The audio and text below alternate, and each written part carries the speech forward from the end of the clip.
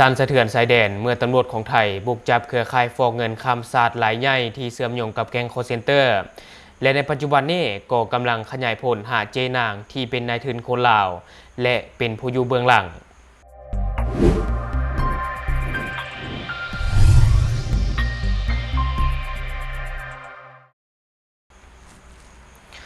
สบายดีท่านผู้ชมยินดีต้อนรับเข้าสู่รายการ Talk the New และในมื้อนี้เราก็มีรายงานข่าวด่วนจากภาคเหนือของไทยซึ่งว่าเป็นการปฏิบัติงานครั้งสำคัญของเจ้าหน้าที่ตำรวจของไทยในการปราบปรามแก๊งอาชญากรรมข้ามชาติซึ่งว่าข่าวตัวนี้ข้าพเจ้าจะมาจากเพจสวทบึงกาฬกรมประชาสัมพันธ์ที่ว่าเขาจะได้ลงเอาไว้ซึ่งก่อนอื่นข้าพเจ้าจะพาท่านผู้ชมไปเบิ่งบางช่วงบางตอนที่ว่าเจ้าหน้าที่ตำรวจของไทยได้มีการจับผู้ร่วมขบวนการฟอกเงินข้ามชาติเดี๋ยวเราไปเบิ่งภาพนี้นำกันก่อนในเคสนี้นะครับรับแจ้งจากตรนะครับก็มีกลุ่มคนร้ายนะครับมาปล้นเงินในพื้นที่ปากคาดเมืองบึงกาฬนะครับซึ่งเราก็ออกตรวจสอบแล้วก็พบกลุ่มผู้ต้องหามาถอนเงินที่ธนาคารไทยพาณิชย์นะครับแล้วก็นำเงินสดไปฝากเพื่อฟอกเป็นเงินสดนะครับที่ธนาคารกรุงศรีอยุธยานะครับแล้วก็เราก็ทำการควบคุมตัวมาสอบถามจนพบว่าเครือข่ายนี้มีทั้งสิ้น10 คนโดยมีนายทุนชาวลาวนะครับจ้างซึ่งศูนย์ปราบปรามอาชญากรรมทางเทคโนโลยีของตำรวจภูธรจังหวัดบึงกาฬภายใต้การดำเนินการของพลตำรวจตรีชีรสันต์เยืองสงวนไส่ผู้บัญชาการตำรวจภูธรจังหวัดบึงกาฬได้รับแจ้งข้อมูลที่สำคัญจากศูนย์บริหารเหตุการณ์แก๊งคอลเซ็นเตอร์และการค้ามนุษย์นานาชาติเกี่ยวกับกลุ่มคนร้ายที่เคลื่อนไหวถอนเงินจากบัญชีปลายทางของผู้เสียหายอย่างเป็นขบวนการในพื้นที่อำเภอปากคาดอำเภอเมืองบึงกาฬและจังหวัดใกล้เคียงซึ่งว่าหลังจากที่การติดตามพฤติกรรมอย่างต่อเนื่องเจ้าที่สามารถจับกลุ่มผู้ต้องสงสัยได้3 รายซึ่งในนั้นก็เป็นเพศชาย2 รายและเพศหญิง1 รายซึ่งว่ากลุ่มคนร้ายดังกล่าวก็ได้เฮ็ดธุรกรรมถอนเงินสดจำนวนสูงถึง 260,000 บาทจากธนาคารไทยพาณิชย์สาขาหน้าโรงเรียนบึงกาฬก่อนจะนำเงินจำนวนดังกล่าวไปฝากต่อเข้าบัญชีธนาคารกรุงศรีอยุธยาสาขาตลาดสดบึงกาฬซึ่งว่าการโอนเงินต่อไปนี้เนาะก็ถือว่าแม้นมีการฝากเข้าบัญชีของผู้หญิงต่างชาตินั่นก็คือผู้หญิงสัญชาติลาวเพื่อเป็นขั้นตอนในการฟอกเงินที่ว่าได้มาจากการฉ้อโกงผ่านแก๊งคอลเซ็นเตอร์ในขออภัยให้กลายเป็นเงินสะอาดและสามารถนำมาใช้ได้จากผลการสืบสวนขยายผลเพิ่มเติมเจ้าหน้าที่ก็ได้รับข้อมูลที่น่าตกใจก็คือว่าเครือข่ายผู้ที่มีร่วมขบวนการประมาณ10 คนซึ่งได้พักอาศัยอยู่ร่วมกันในห้องเช่า3 ห้องในพื้นที่จังหวัดบึงกาฬโดยมีบุคคลสำคัญที่หลายคนรู้จักกันในชื่อเจนางที่เป็นคนสัญชาติลาวและเป็นนายทุนลาวซึ่งว่าเป็นผู้ออกค่าใช้จ่ายทั้งหมดของเครือข่ายนี้หลังจากนั้นเจ้าหน้าที่ก็ยังได้พบเห็นหลักฐานที่แสดงให้เห็นถึงความซับซ้อนในการเดินทาง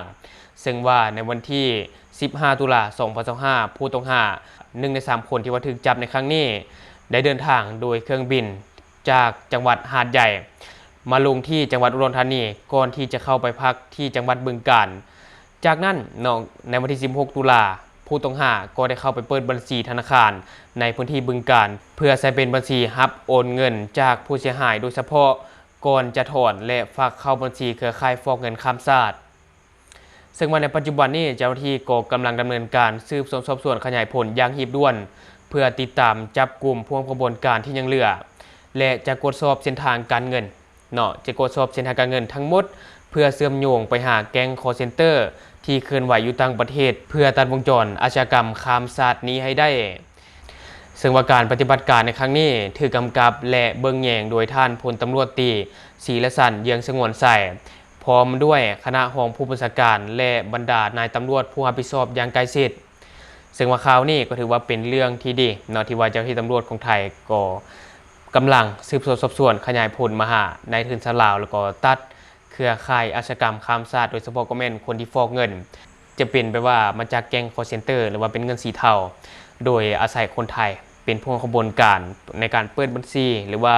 ไปถอนเงินกดเงินต่างๆส่วนหลายแม่นจะเป็นคนไทยที่ว่าไปกดเงินโดยนะครับคนไทยก็น่าจะได้รับค่าจ้างต่างๆแล้วท่านผู้ชมแต่ว่าเจ้าหน้าที่ของไทยก็มีความเข้มงวดในการปราบปรามบัญชีม้า ซึ่งว่าในปัจจุบันนี้บัญชีม้าก็กำลังระบาดอยู่ในไทยเนาะและอยู่ในไทยในปัจจุบันนี้ถ้าว่าเว้าถึงแก๊ง call center ก็กำลังเป็นกระแสวิพากษ์วิจารณ์เนาะอย่างเช่นอินฟลูเอนเซอร์หรือว่าคนที่ดังๆอยู่ไทยหรือว่าโซโซของไทยก็มีการปะทะกันอยู่ในปัจจุบันเนาะมีปะทะคารมกันอยู่แต่ในปัจจุบันนี้น่าจะมีการเคลียร์กันแล้วตามที่ข้าพเจ้าได้ติดตามข่าวก็ถือว่าเป็นเรื่องที่ดีเนาะในการปราบปรามแก๊ง call center นี่เพราะว่าผู้เสียหายแล้วส่วนใหญ่จะเป็นผู้เฒ่าเนาะผู้ที่ว่าเกษียณโดยที่จะถึกตัวจากแก๊ง call center เพราะว่าเขาตามโลกบ่ทันเนาะเขาอาจจะบ่ฮู้กลโกงของแก๊ง call center ทันนะ call center อาจจะมีกลโกงแบบใหม่มาเรื่อยซึ่งตัวกับเหตุการณ์นี้ก็ถือว่าเป็นข่าวที่น่าสนใจที่ว่านายทุนและก็ผู้อยู่เบื้องหลังเป็นคนลาวนะท่านผู้ชมจีนาง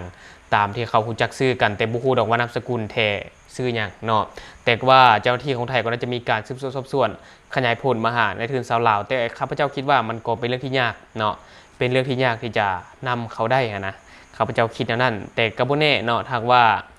มีการประสานงานกันต่างๆก็น่าจะมีการจับกลุ่มผู้อยู่เมืองหลังให้ได้อันนี้เขาก็ติดตามไปนำการทักว่ามีอย่างเพิ่มเติมข้าพเจ้าก็จะเก็บมาฝากท่านผู้ชมอีก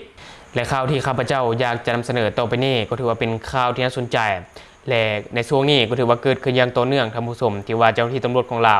ได้มีการจับกลุ่มเนาะได้มีการจับกลุ่มคนต่างชาติที่พยายามลักลอบขนส่งสารเสพติดออกไปต่างประเทศโดยผ่านสายการบินของเราซึ่งว่าต่อกับข่าวนี้ก็สามารถจับกลุ่มผู้หญิงวัยชราเนาะพยายามลักลอบขนส่งสารเสพติดออกไปนอกประเทศซึ่งว่าข่าวตัวนี้ข้าพเจ้าก็จะมาจากเพจกระทรวงการเงินที่ว่าเขาจะได้ลงเอาไว้เดี๋ยวข้าพเจ้าจะอ่านในข่าวให้ท่านผู้ชมได้ฟังต่อกับเหตุการณ์นี้เนาะก็คือเจ้าที่ภาษียึดยาเสพติดประเภทยาไอซ์เฮโรอีนโคเคนอยู่ด้านภาษีสากลสนามบินวัดไต่ซึ่งในวันที่18ตุลาคม2025เวลา 19:10 น.เจ้าหน้าที่แผนกสืบสวนสอบสวนและปราบปรามการค้าขายเถื่อนได้สมทบกับเจ้าหน้าที่ภาษีประจำด้านภาษีสากลสนามบินวัดไต่เจ้าที่ตำรวจกดคนเข้าเมืองออกเมืองและภาคส่วนเอ็กซเรย์ของสนามบินสากลวัดไต่อาคารสากลได้พร้อมกันกดกระเป๋าเดินทางของคนสัญชาติฟิลิปปินส์อายุ70ปีเป็นเพศหญิงทั้งสองคนที่ต้องสงสัยว่ามีสารเสพติดซึ่งผ่านการกวดกาก็พบเห็นยาเสพติดประเภทยาไอซ์5กิโลกรัมเฮโรอีน1กิโลกรัมและโคเคน200กรัมซึ่งว่าน้ำหนักรวมทั้งหมด 6.2 กิโลกรัมได้ซุกเสื่องใส่กระเป๋าเดินทางที่จะเดินทางออกไปประเทศมะนิลาประเทศฟิลิปปินส์ดังนั้นเจ้าที่ภาษีจึงได้สืบสวนสอบสวนเอาคำให้การเบื้องต้นพร้อมเฮ็ดบทบันทึกยึดของกลางแล้วส่งมอบคดีดังกล่าวพร้อมของกลางและก็ผู้ต้องหาให้กับเจ้าหน้าที่ตำรวจกรมตำรวจสกัดกั้นและต้านยาเสพติด303เพื่อนำไปดำเนินคดีตามกระบวนการยุติธรรมและที่ผ่านไปก็จะเป็นเนื้อในข่าวที่ว่ามีการจับกลุ่มหญิงชราที่พยายามขนส่งยาเสพติดออกไปต่างประเทศโดยผ่านสายการบินของลาวแต่สุดท้ายก็ถูกเจ้าหน้าที่ตำรวจของลาวรวบเอาไว้ได้ก่อนซึ่งว่าต่อกับข่าวนี้ก็ต้องชมเชยเจ้าหน้าที่ตำรวจของลาวที่ว่าบ่ปล่อยให้หลุดรอดออกไปได้และทั้งหมดก็คือสิ่งที่ข้าพเจ้าอยากจะนำเสนอในมื้อนี้สำหรับท่านผู้ชมคนใดเบิ่งคลิปของเราแล้วยังบ่ได้กดติดตามช่องยังบ่ได้กดกระดิ่งแจ้งเตือนก็อย่าลืมไปกดเพื่อเป็นกำลังใจข้าพเจ้าได้ผลิตคลิปดีๆแบบนี้ออกมาเรื่อยๆหรือสำหรับท่านผู้ชมคนใดอยากตามนิติเตียนก็สามารถฝากไว้ได้ไปใต้คอมเมนต์ของเราแล้วจะเข้าไปอ่านและก็ตอบแลกเป็นประสบการณ์นำกันอย่าลืมสนับสนุนกันด้วยการกดติดตามช่องขอขอบใจ